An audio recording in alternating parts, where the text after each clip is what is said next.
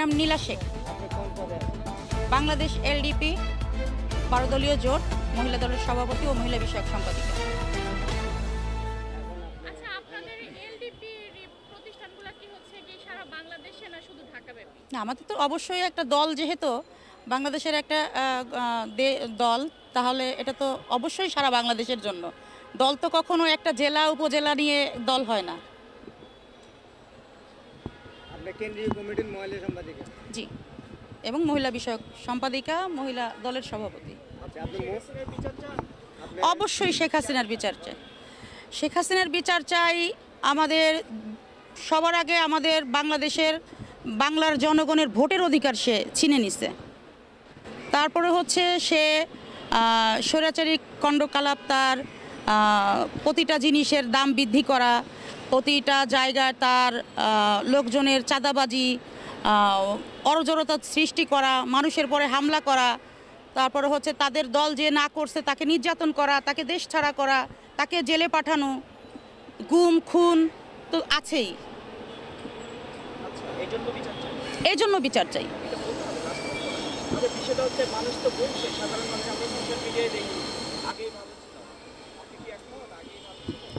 আগেই ভালো ছিলাম, এই কথাটা আসলে যারা বলছে তাদের বলাটা খারাপ না। তার কারণ হচ্ছে আমাদের বর্তমানের অন্তর্ভুক্তকালীন সরকার সেরকম কোনো পদক্ষেপই নেয়নি যেটা তার নেওয়া উচিত ছিল। এই স্বৈরাচার পতন হওয়ার পরে আমাদের দেশটা যেভাবে লিটেন ক্লিন করে ফেলা উচিত ছিল, স্বৈরাচারী হাসিনার যত অনুসারীরা আছে তারা এখনও বিভিন্ন জায়গায় বিভিন্ন রকমের তাদের কাণ্ডকলাপ চালায় যাচ্ছে। তো সেই জায়গা থেকে সাধারণ জনগণ তো এটা বলবেই। কারণ তা দেখেন, প্রতিটা জিনিসের নিত্য প্রয়োজনীয় যত জিনিস আছে এগুলোর কিন্তু কোনোটা দাম কমেনি। ব্যবসায়ীরা তাদের সেন্টিগ্রেডটা ওইভাবেই রেখেছে যেভাবে হাসিনা চালাইছে। তাহলে সেই সাধারণ জনগণ তো আসলে ওইভাবে কাউকে সাহস করে কিছু বলতে পারে না। তখন তারা নিরুপায় হয়ে একটা কথাই বলে, আমরা তো আগেই ভালো ছিলাম।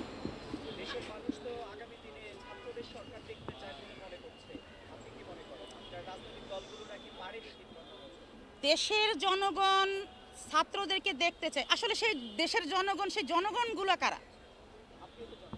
না, আমি তো দেখতে চাই না যে ছাত্রদের হাতে দেশ চলে যাক।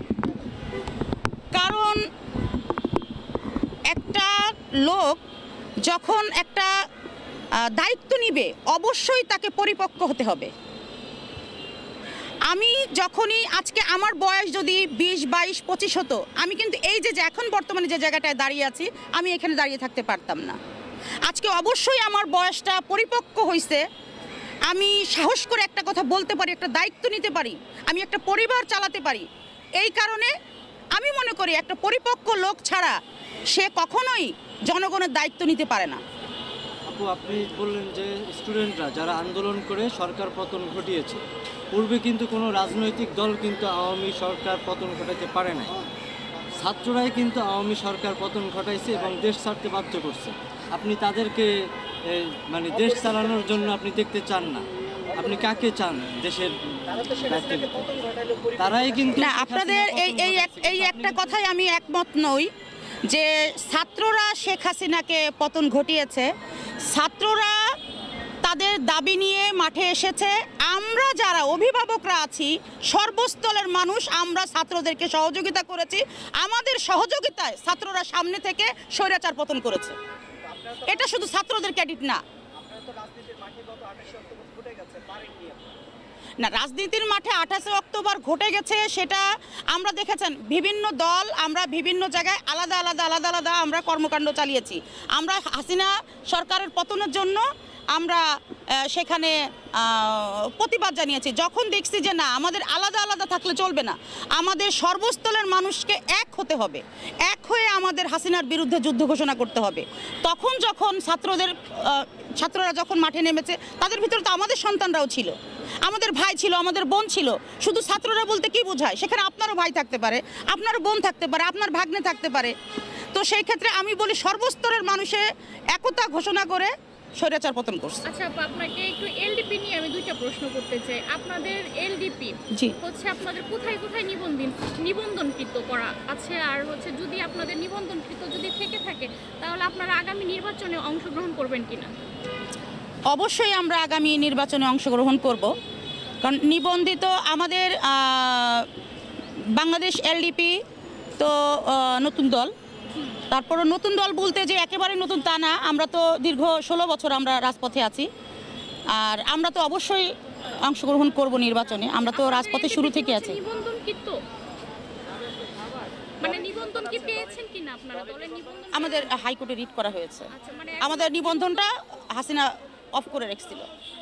শুধু আমাদের বললে ভুল হবে, বাংলাদেশে অনেকগুলো দল তাদের নিবন্ধন দেয়নি, তাদের নিবন্ধন বন্ধ করে রাখছে, এখন আবার নতুন করে রিট করছে। তাহলে আপনারা হচ্ছে নির্বাচনে অংশগ্রহণ করবেন? নিবন্ধন পেলে নির্বাচনে অংশগ্রহণ তো অবশ্যই করব। আমরা তো বিএনপির সঙ্গে জোট, আমরা তো নির্বাচনে অংশগ্রহণ করব। বিষয়টা হচ্ছে আপনি বললেন যে ছাত্রদেরকে আপনারা দেখতে চান না, তাদের পরিপক্কতা নাই।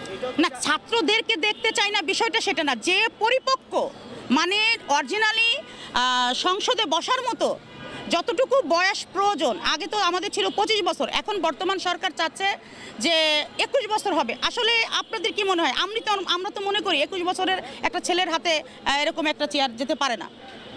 সেই 21 বছরের বাচ্চারাই কিন্তু 21 বছরের মানুষরাই কিন্তু এত বড় গণ অভ্যুত্থানের ঘটিয়েছে। আচ্ছা, আপনাদের এই কথাটারও জবাব দিই আমি।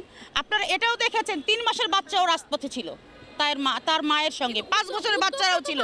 হ্যাঁ, উদ্যোক্তা তারা ছিল, উদ্যোগ তারা নেয়। উদ্যোগ অবশ্যই রাজনীতি যতগুলো দল ছিল তারা নিয়েছে। তারপরে যখন তারা কিন্তু রাজপথে এসেছিল তাদের নির্দিষ্ট একটা দাবি নিয়ে তারা রাজপথে এসেছিল। যখন তাদের এই দাবিটা না মানা হয়েছে তখন তারা নির্যাতনের শিকার হয়েছে। তারা আপনাদের কাছে গিয়েছিল নাকি আপনারাই তাদের কাছে? অবশ্যই তারা আমাদের কাছে গিয়েছিল, আমাদের সহযোগিতা তারা চেয়েছিল। আপনারা দেখেছেন না যে এখন যারা উপদেষ্টাগণ আছে তারা কতটা নির্যাতিত ছিল, কতটা নির্যাতন হয়েছিল। তাদের নির্যাতন দেখেই তো আমরা আর ঘরে থাকতে পারিনি। আমরা সারা বাংলার জনগণ আমরা রাজপথে নেমে এসেছি। আপনি জানেন যে মানে কেউ যদি অযোগ্য হয়েও থাকে, বয়সের ম্যাচুরিটি না থাকে, কিন্তু সে চেয়ারে বসলে তার যোগ্যতা সঠিক হয়ে যায়, সেটা আমরা না দিয়ে দেখতে পাচ্ছি। তারাও তো কোনো যোগ্যতাই তাদের ছিল না, রাজনৈতিক ব্যাকগ্রাউন্ডও ছিল না, তারা তো এখন দেশ চালাচ্ছে। আচ্ছা, আপনার এই কথার জবাবটা আমি দিচ্ছি।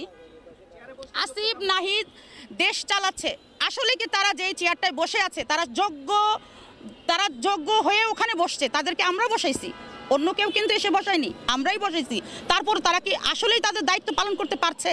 আপনারা দেখছেন, যদি তারা দায়িত্ব পালন করতেই পারতো তাহলে ওই যে কিছুক্ষণ আগে আমাকে একটা প্রশ্ন করে গেছেন যে আগেই ভালো ছিল, তারা দায়িত্ব পালন করতে পারতেছে না বিধায় ওই যে কথাটা শুনতে হচ্ছে যে আগেই ভালো ছিল। আমি আপনাদেরকে বুঝাইতে পারছি বোধহয় এই কথাটাই উত্তর। আগেই ভালো ছিল না, আগেই ভালো ছিল না, আগেও ভালো ছিল না, এখনো ভালো নেই। এই জন্যই তো আমরা এখন আবার যুদ্ধ করার প্রস্তুতি আবার নিচ্ছি।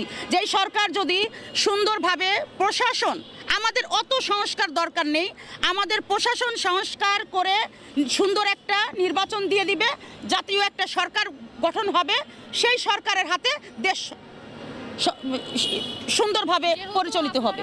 বিএনপির সাথে হচ্ছে আপনাদের? জি, বিএনপি আমরা জোট। তো যদি জনগণের ভোটে যদি বিএনপি আসে তাহলে কি আপনার কাছে কি মানে মনে হচ্ছে যে হচ্ছে এই যে এখন আপনি একটা প্রশ্ন বললেন যে আগেও ভালো ছিলাম না এখনো ভালো নাই, তো বিএনপি যদি ক্ষমতায় আসে তাহলে কি জনগণ কি আদৌ কি ভালো থাকবে, এরকম কি কোনো আশা? আমরা সর্বটাইম চেষ্টা করব জনগণকে খুশি রাখার জন্য, জনগণের চাহিদা অনুযায়ী আমরা সর্বটাইম চেষ্টা করব কাজ করার জন্য।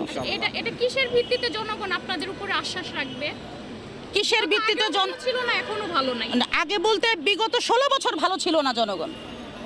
আপনারা দেখেন বিগত দিনে এই যে আজকে আমাদের যত গার্মেন্টস ব্যবসা দেখেন, নারীরা যেভাবে এখন বিগত দিনে নারীরা যেভাবে, আগে তো নারীরা ভালো চাকরি করতে পারতো না, তারপরে গার্মেন্টসগুলো ছিল না, এগুলো কিন্তু জিয়াউর রহমানের আনা। আজকে নারীরা যত সাহস করে কাজ করতেছে মাঠে ঘাটে ফিল্ডে, এই যে আপনিও যে জায়গাটা দাঁড়িয়ে আছেন সেটা কিন্তু খালেদা জিয়ার অবদান বলবো আমি। অবশ্যই দেখেছি, আমার বয়স রানিং 40 রানিং। তখন তো আসলে খালেদা জিয়ার সময় তখন তো অ্যাকচুয়ালি যেটা আমরা যেটা বলি যে নাজিসের যে চালটা যেটা এখন 100-র উপরে, এই চালটা মাত্র 16 টাকা কেজি খাইছি। না, তখন 400 টাকা হয়েছিল না। না না, তখন তখন মাই বয় দুধের দাম ছিল মাত্র 250 টাকা। আপনি ভালো করে ঘেটে দেখেন। আচ্ছা আপু, লাস্ট আমার একটা প্রশ্ন, মানে এটা হচ্ছে একদম লাস্ট। জি। এখন বিএনপির জন্য বিএনপি তো হচ্ছে জনগণের ভোটে তো জি। আসবে, আপনাদের হচ্ছে এটা মানে আপনাদের চিন্তা ভাবনা হচ্ছে বিএনপি জনগণের ভোটে আসবে। জি। এখন জনগণের জন্য আপনাদের নতুন কি বার্তা থাকবে? নতুন কি বার্তা থাকবে একটু বার্তাটা একটু যদি নতুন বলতেন। কি বার্তা থাকবে জনগণের জন্য? জনগণের জন্য এটাই বার্তা থাকবে যে জনগণ আমাদেরকে যদি ভোট দিয়ে নির্বাচিত করে, আমাদের বেগম জিয়া ক্ষমতায় আসলে অবশ্যই এখন যেই বৈষম্যটা চলছে, সর্বপ্রথম আমাদের সেই বৈষম্যটা দূর হবে। মানে জি। আপনি বলতে চাচ্ছেন যে বিএনপি ক্ষমতায় আসলে দেশটা সুন্দরভাবে সংস্কার হবে, তাই জি, তো? আমাদের সর্বপ্রথম দেশে বৈষম্যটা থাকবে না। আপা, আপনি বলছেন যে দেশে আগামী দিনে ছাত্রদের সরকার দেখতে চান না, বিএনপি সরকার। যদি বিএনপিকেও দেশের মানুষ ভোট না দেয়, ইসলামী সরকার যদি ক্ষমতায় আসে, অর্থাৎ জামাতে ইসলামী নেতৃত্বাধীন সরকার যদি ক্ষমতায় আসে বা ভোট দেয় দেশের মানুষ জামাতে ইসলামী, আপনি কিভাবে দেখেন?